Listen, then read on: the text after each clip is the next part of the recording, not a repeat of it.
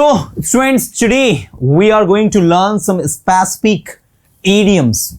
These are the idioms that are generally used very much on the board. We have written all these idioms and now we are going to learn them. The first idiom that we have is ABC. ABC, it's called basic knowledge. When you say, sir, मुझे तो computer का basic knowledge भी नहीं है. In English, what you are going to say? Sir, I don't know ABC of computer. What will I do there? क्या करूंगा मैं वहां जाकर? What will I do by going there? Because I don't know ABC. मुझे तो इसका ABC भी नहीं आता, बेसिक नॉलेज भी नहीं आता. एक दो बार बोलोगे टंग पर ऑटोमेटिक आ जाएगा. हरक्यूलिन टास्क, हरक्यूलिस से बना है. Something which is very difficult to do, जिसको करना बड़ा कठिन होता है, दैट्स कॉल्ड हरक्यूलिन टास्क. जैसे आपने कहा इंग्लिश सीखना कोई कठिन काम नहीं है. Learning English is not a Herculean task. कोई भी कर सकता है ये. Anybody can do this. ठीक है? At the age of 75 you can learn English. This is not a Herculean task. It's quite easy. अच्छा, इसका अपोजिट क्या होता है? इसका अपोजिट होता है child's play या फिर होता है piece of cake. ठीक है? piece of cake, केक का टुकड़ा. child's play, बच्चों का खेल. मैंने कहा इंग्लिश सीखना it's a child's play. It's not a Herculean task. It's not that much difficult. तो हरक्यूलिन टास्क का अपोजिट भी याद रखना है, child's play and piece of cake. Next है hard nut to crack. Hard nut to crack का मतलब होता है लोहे के चने चबाना, something which is very difficult to do. तो somehow you can see Herculean task and hard nut to crack दोनों के दोनों जो है सिमिलर मीनिंग दे रहे हैं. Herculean task and hard nut to crack आपके जो है आपको सिमिलर मीनिंग दे रहे हैं. यह विशेष ध्यान देना है आपको. नेक्स्ट है एसिड टेस्ट. अब एसिड टेस्ट क्या होता है? एसिड टेस्ट का मतलब होता है something which is very difficult. The exam it was a acid test. तो इसका हिंदी मतलब होता है डिफिकल्ट एग्जाम, कठिन एग्जाम, टफ एग्जाम. मैंने कहा this test was a acid test. वो जो टेस्ट था कैसा टेस्ट था? कठिन परीक्षा थी भाई, एसिड टेस्ट है ना. वैसे याद आ जाएगा एसिड टेस्ट, कठिन परीक्षा. Big gun. बिग गन का मतलब होता है बड़ी बंदूक. अब बड़ी बंदूक मतलब जैसे बोलते ना क्या वो तोफ है, क्या कोई बहुत बड़ा तोफ है वो? तो तोफ से याद रख लो बिग गन को. मैंने कहा mister Sharma he is a big gun university. हमारे शहर में मिस्टर शर्मा जो है वो क्या है? एक बड़ी बंदूक है, मतलब एक बिग गन है. Mister Sharma he is a big gun university. Mister Sharma he is a big gun in our city. हमारे शहर में मिस्टर शर्मा जो है वो क्या है? एक बड़ी बंदूक है, बिग गन है. Next, a man of words. A man of words का मतलब क्या होता है? ऐसा व्यक्ति जो बात का पक्का हो. अ मैन ऑफ लेटर्स, जो स्कॉलर होता है, विद्वान होता है, उसको कहा जाता है. ठीक है? और मैन ऑफ वर्ड्स कहा जाता है किसको? जो बात का पक्का हो, जिसने एक बार कमिटमेंट कर दी तो वो पीछे नहीं मुड़ने वाला. That's called the man of words. मैंने कहा mister Verma he is a man of words. He will surely do if he has made promise. अगर उन्होंने वादा कर दिया तो निश्चित ही उस काम को करेंगे. He is a man of words and I like his attitude. और मुझे उनका ये एटीट्यूड पसंद है because he is a man of words. Mr. Verma, he is a man of letters.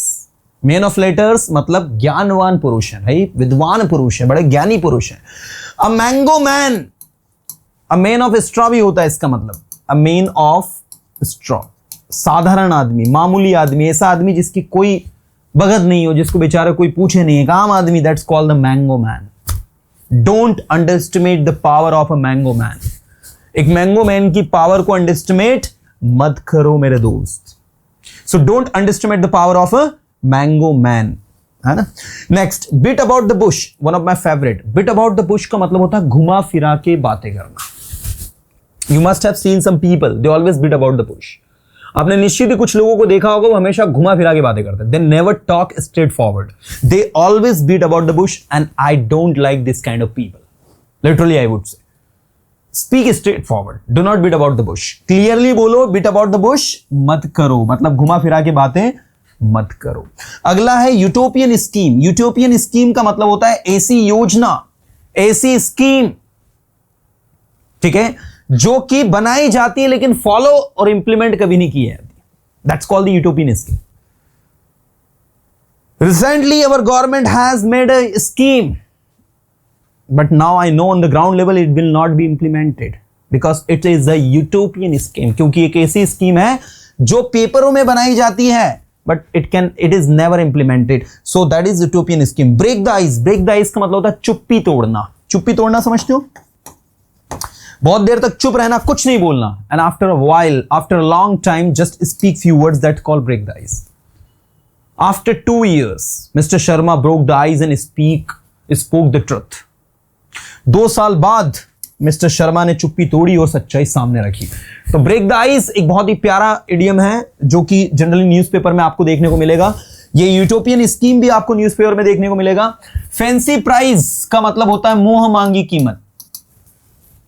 आपने कहा सर मैं मुंह मांगी कीमत देने के लिए तैयार हूं, sir I am ready to pay fancy price but I want this at any cost. मुझे किसी भी कीमत पर ये चाहिए, I am ready to pay fancy price. और किसी भी कीमत को क्या कहेंगे? At any cost. Henpecked husband, ऐसा हस्बैंड जो अपनी वाइफ के कहने अनुसार चले. मैंने कहा mister Sharma he is a henpecked husband, he does what his wife says. वो करते हैं जो उनकी वाइफ कहती है because he is a henpecked husband, क्योंकि वो एक हैंडपेक्ड हस्बैंड है. अ स्नेक इन ग्रास, आस्तीन का सांप. आस्तीन का सांप. मैंने कहा ही is a snake in grass, वो क्या है? आस्तीन का सांप. Next, make castle in the air. Make castle in the air का मतलब होता है हवाई किले बनाना. क्या मतलब होता है? हवाई किले बनाना. Make castle in the air भी होता है, build castle in the air भी होता है, तो कंफ्यूज मत होना इसको लेके. मैंने कहा देखो सबसे पहले तो ग्राउंड लेवल पर वर्क करो, ख्याली पुलाव मत बनाओ.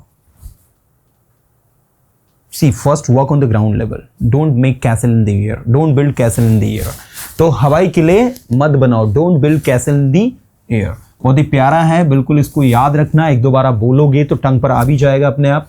To burn finger का मतलब होता है उंगली जला लेना. अब उंगली जला लेना मतलब समझते हो? परेशानी में पड़ जाना. मैंने कहा you will burn your finger if you do this. तुम उंगली जला लोगे तुम्हारी अगर ये काम करोगे, मतलब तुम परेशानी में पड़ जाओगे. इसके लिए एक और यूज होता है to get into soup. To get into soup का मतलब भी होता है झंझट में पड़ना. मैंने कहा why do you get into soup, why do you always get into soup. तुम हमेशा झंझट में क्यों पड़ते हो? तो छोटे मोटे झगड़ों में पड़ना, that's called gate into soup. अपना नुकसान कर लेना वो होता है टू बर्न फिंगर. थोड़ा सा सिमिलर मीनिंग दे रहा है टेक्निकली. पिन प्रिक्स, देखो पिन प्रिक्स का मतलब होता है छोटी मोटी परेशानी, ऐसी परेशानी जो जीवन में चलती रहती है. मैंने कहा यार देखो ऐसा है भाई, these things are the part of life, they are pin pricks, you can not stay away from this. Gala day and rainy day, 2 word होते हैं इंग्लिश में. एक होता है गाला डे और दूसरा होता है रेनी डे. देखो गाला डे खुशी भरे दिन, रेनी डे दुख भरे दिन. दुख भरे दिन बीते रे भैया अब सुख आयो रे. Rainy day have passed and gala day have arrived. तो दुख भरे दिन बीते रे भैया अब सुख आयो रे. इंग्लिश में क्या कहोगे? Rainy days have passed, gala days have arrived, rainy days have passed. Dance भी करना.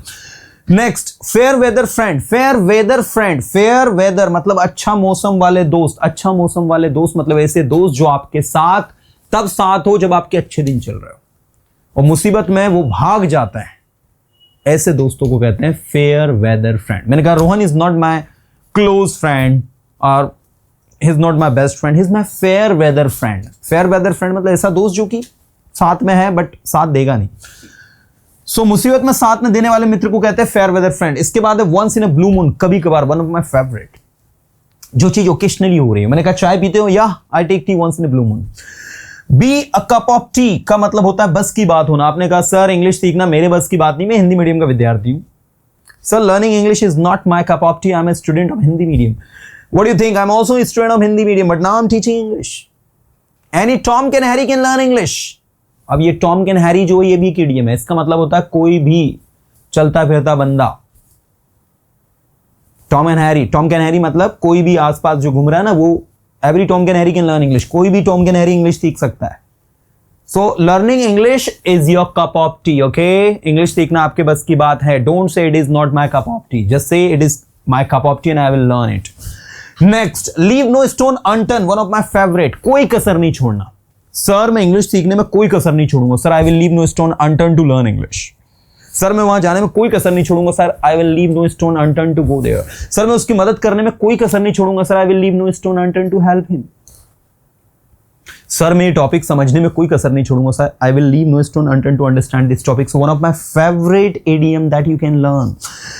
टेक फॉर ग्रांटेड मेरा फेवरेट है, जो मैं अक्सर बोलते रहता हूं। मैंने कहा इस टॉपिक को हल्के में मत लेना, please don't take this topic for granted.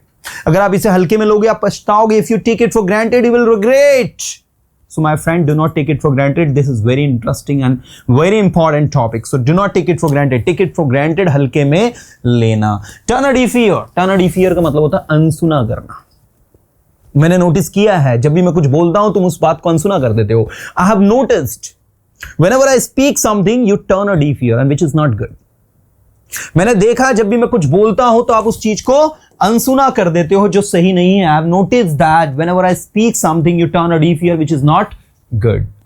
Don't turn a deaf ear when I speak something. जब मैं कुछ बोलूं तो उसको turn a deaf ear मत करो, अनसुना मत करो। I request you all to learn all these idioms because they are extremely important. They are not difficult. Anybody can learn them. Anybody can use them. Idioms are truly interesting. Okay, एक है आपका an apple of discord. चलो इसका मतलब बताओ क्या होता है। An apple of discord. इसके लिए एक और बताया था मैंने, bone of contention, अगर आपको याद हो।